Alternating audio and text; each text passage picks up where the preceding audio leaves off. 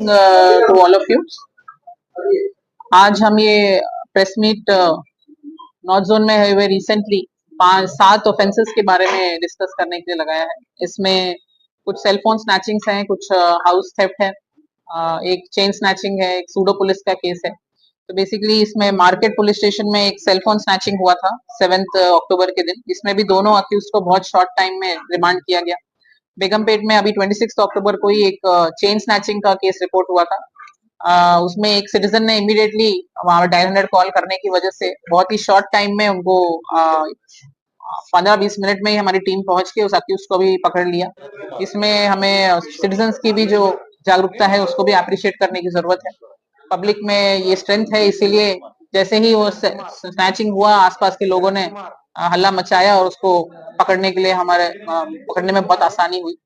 मांगखाली police station में 27 अक्टूबर के दिन एक ऑटो ड्राइवर को जो 2 अक्यूज्ड हैं उन्होंने ऑटो चुराने के इंटेंशन से उसको एक छोटे से नाइफ के साथ स्टैब इंजरीज किया और फिर उनका सेलफोन और ऑटो लेके रात में फरार हुए। इमीडिएटली हमारा विद इन एक 90 मिनट्स के अंदर हमारे जो लोकल टीम्स हैं और जो नाइट एनजेडो और टीम्स थे उन्होंने रिस्पॉन्ड करके 90 मिनट्स के अंदर जाके अक्यूज को भी पकड़ा और ऑटो भी रिकवर कर लिया। दोनों अक्यूज के ऊपर पहले भी बहुत केसेस हैं, सईद जुबैर अली और मोहम्मद पाशा। दोनों पे क्रिमिनल केसेस हैं, स्पेशली जो सईद जुबैर अली है उनपे ऑलमोस्ट 6-7 केस हैं और इनके पास से हमें 10 मोबाइल फोन भी रिकवर हुए हैं। दोनों को हम रिमांड कर चुके हैं। बोयनपल्ली पुलिस स्टेशन में एक एचपी ऑफेंस रिपोर्ट हुआ था 8 अक्टूबर को, जिसमें विक्टिम ने 8 तोला गोल्ड और कुछ कैश चोरी हुआ है बताया था।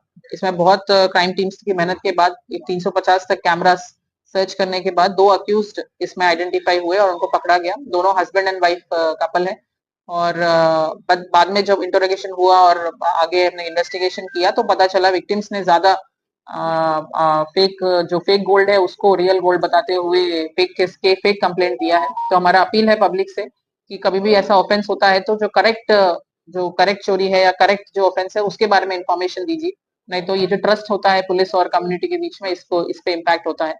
इसमें जो अक्यूज है वो दोनों बहुत नोटोरियस ऑफेंडर्स हैं, तो उनको हमने रिमांड किया है और पहले भी इनके ऊपर 20 तक केसेस हैं, इस टाइप के एचबी केसेस हैं, जो हाउस ब्रेक इन केसेस हैं।